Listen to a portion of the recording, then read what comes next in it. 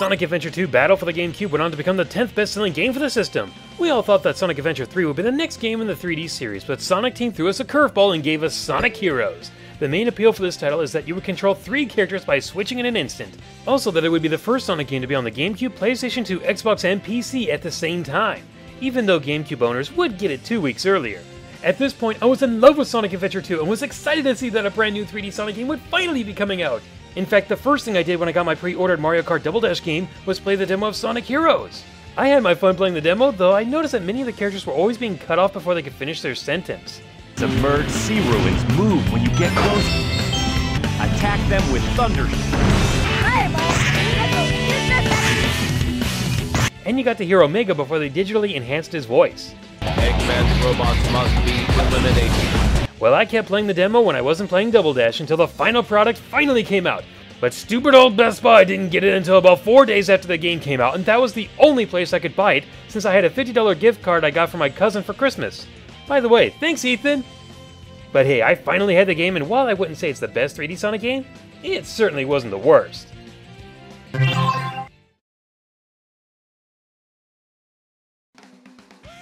There are 4 main storylines, and yep, you guessed it, an unlockable one. Let's start with good old Blue Boy. Tails and Knuckles deliver a note to Sonic. Wow, how do you do a video letter? Eggman gloats that he'll take over the world in 3 days unless Sonic can stop him. His ego just surpassed his IQ points. So Sonic, Tails, and Knuckles, who apparently let go of his Master Emerald bodyguard responsibility, are out to stop Eggman. With Team Dark, we find Rouge in a new outfit who has been looking for Eggman's supposed secret treasure, because he either has to be rich or run every junkyard on Earth to make all this stuff. She reawakens Shadow, who was thought to be dead at the end of Sonic Adventure 2, and by doing so also activates a new character, Omega. Omega and Shadow try to go all out until Rouge puts an end to it. She learns that Omega wants revenge on Eggman for locking him up and not using him to the best of his abilities. Guess who wants to be a tool? Well, yeah, but that's not till he gets his own game. Speaking of Shadow, he can't remember what happened. So with a common goal being centered around Eggman, Rouge forces them to become a team and hunt down their common target. With Team Rose, Cream and Big want to find Sonic because they believe Sonic took Cheese's friend Chocolate Chow and Froggy. Also, Amy wants to force Sonic into marriage. Glad that was short because it was easy for me to get through.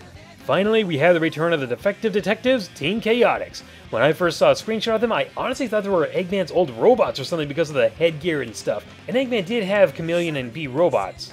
Man, I was way off. They were from Knuckles Chaotix on the Sega 32X. I knew about that game before Sonic Heroes, said about 5 people. And have now opened a detective agency, and they just got work from someone using a walkie-talkie. The story offers a more simple approach to what the previous adventure games offered. I was honestly hoping for a story that would be as good as Sonic Adventure 2, but was sadly disappointed by just how simplistic this is. The story works overall, but don't expect to be impressed by it on any level.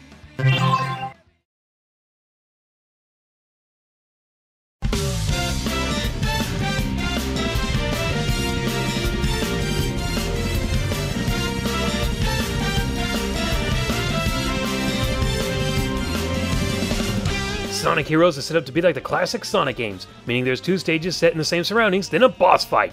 Although here it's either Eggman pushing another team off a ledge, or a gauntlet of easy robots. The basic Sonic rules are still here, meaning you need at least 1 ring to prevent getting killed by enemies, breaking monitors gives you bonuses as do popping balloons, and your goal is a giant ring at the end of the zones. Except for Team Sonic's Egg Fleet and for Team Chaotix most of the time. Their goal is different depending on what stage it is. Find a certain amount of objects, go stealth, or destroy stuff, you know, the fun one. They offer something different than the other 3 teams as their styles are like this: easy, normal, and hard. Once you've cleared a level, you're rewarded with a ranking based on your time, rings, and points for each team member. A stands for awesome and an E. Anyone know a negative adjective that begins with an E? No? Okay, thanks. Each team has 3 different characters to play as. You control them one at a time but can switch between the others with a simple push of a button. Each character is defined by a class and use their different abilities to get through the levels. The classes are runners, flyers, and powerhouses. As you may have guessed, the runners are the fastest. They can use a charge spin attack, have the homing attack, and can create a gust of wind to go up poles, have propeller things take flight, or to knock off enemy shields. This also makes SPL go invisible, bypass laser grids, and can let him use shurikens. He can also use it after the charge spin attacks, but this is a lot easier to pull off. Only Sonic and Shadow can use the ring dash, and with the exception of Amy, they can also use the wall-to-wall jump. Flyers are able to fly the team over short distances, have better jumps, and can paralyze enemies using their teammates. Power guys open up doors, use air currents to reach higher spots, crash through the floors, hit these flipper things, and are usually the best for dealing with a large group of enemies. Within each zone or boss fight, the characters can level up by collecting the colored energy spheres. Each time they level up, they get stronger, which is kind of important as the enemies can now take multiple hits before exploding into a pile of rust. Or you can spam the attack like crazy, you know, whatever works. One thing to note is that whatever character you're playing as never seems to get a level up ball from fallen foes, so if you want to level up a character, don't have them in the lead except for checkpoints. To accommodate having 3 characters, the stages are now longer than previous 3D Sonic games, and if you fill up the gauge at the top right corner, you can pull off Team Blast! Say sayonara to all the pathetic drones on screen. Plus, each team has a different effect. Sonic destroys the enemies with a B button while the gauge is still decreasing.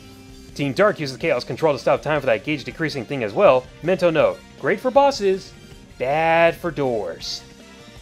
Team Rose levels up all the characters and gets invincibility, and for every enemy Chaotix blows up, they get rings. It makes sense if you're thinking they're being paid to shut up.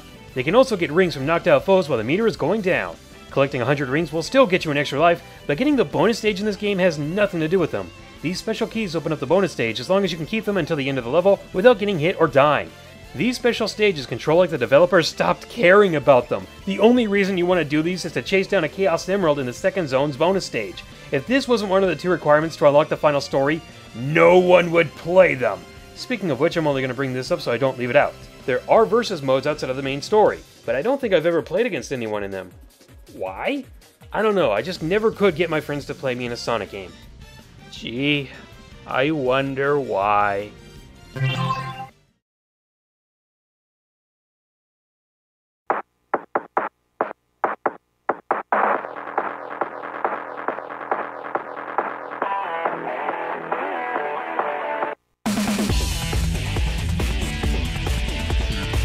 Thank goodness a single-player mode can be fun to play through. I like that the 2 other characters who stick by you are useful enough so that you can't ignore them.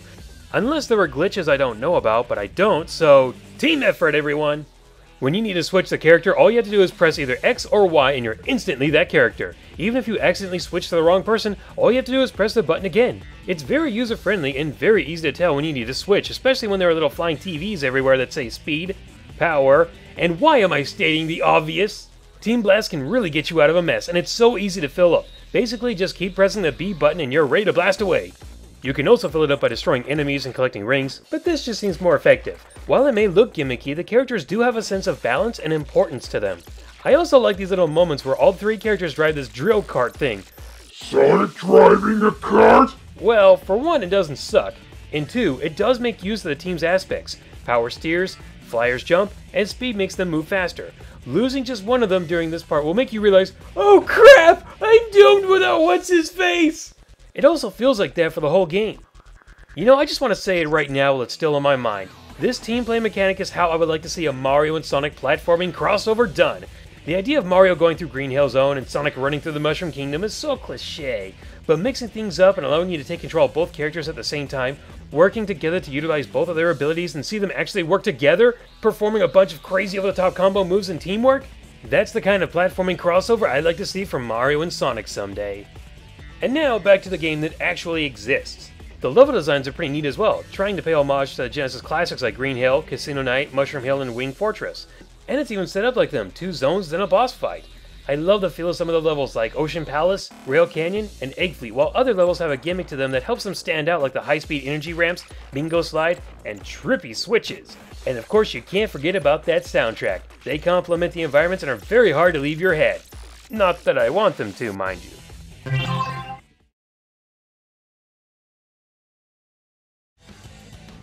Don't go thinking that this game is without its flaws. It has them, and sadly it can turn a number of people off from enjoying the full game.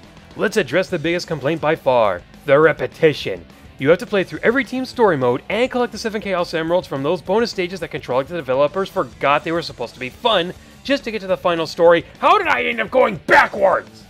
And unlike Sonic Adventure 2, the stages are the same. The only difference is that the stages are either slightly shorter or longer with easier or harder enemies to beat depending on what team you're playing as. So while I like some of those levels, I don't like being forced to play through them because they needed to pad the game out.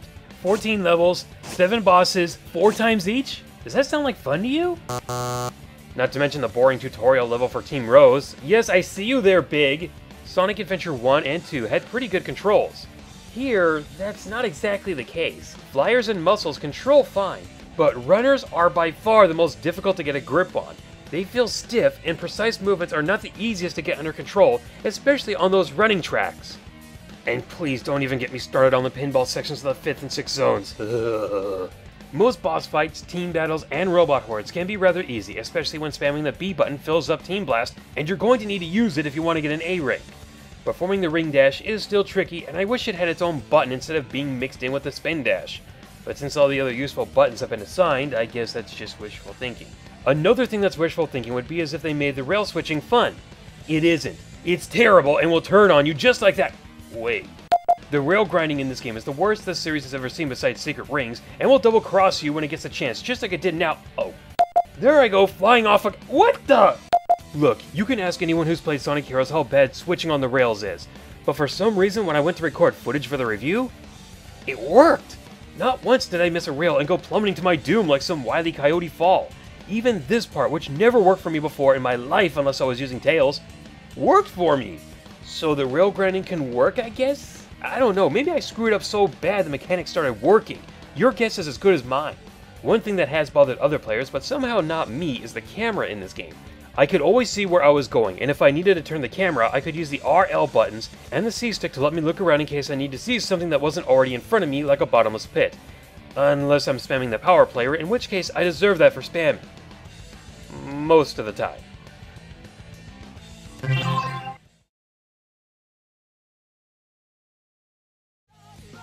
Sonic Heroes has a lot of great moments, and the teamwork lessons and gameplay feel like they really pay off. I liked how Sonic Team tried to make the game feel familiar while introducing new mechanics that don't feel questionable, as we'll see in the later installments of the franchise. Sonic Heroes gets a number of things right but falls short due to many of the problems I just mentioned. 4 teams play the same, controls can be stiff, most bosses offer little challenge, stages are the same for each team, grinding that may or may not work, and the bonus stages suck. With that said, I think some of you may know where I'm going with this. A 3 out of 5. It has some strong and some weak points. I know there was a lot of little things that some people really wanted me to talk about, like how level 3 runners can knock shields off using the homing attack, or the more ridiculous stuff like Cream and Charmy being able to carry others heavier than them, but hey, that's what these end parts can help me get accomplished. You can unlock Super Hard mode by collecting all 120 emblems and getting A ranks on every mission. Yes, there are second missions. Team Sonic is beat the time, Team Dark is beat the enemies, Team Rose is collect the rings, and Chaotix? You won't have fun playing that one, trust me. I'm hoping nobody already wrote this in the comments, but I was going to leave it here, so you might want to edit your message if you already did. When you're in the 2-player mode and after you've selected the level, press A and Y and your characters will switch to their metal forms. Man, they look mean-spirited, don't they? Especially you, Tails. Instead of a little clip, I thought I'd end with the Easter egg of when the characters are talking when they aren't moving. Here's a couple of good examples. Wonder if there's any jewels around here. What are we gonna do? I hate places like this. Look at all those chips! I wonder if we can take one! This place makes me feel uneasy. Feels like I'm falling up. Eggman must be really rich. Wonder if he'd hire her. Your trickery is unforgivable, Eggman. The castle seems like it's going to fall down! Combat ability of these two are beyond my expectation. I never thought I'd see Shadow again. Sonic. Why does that name bother me so much? I still can't believe some people don't count these as Easter eggs.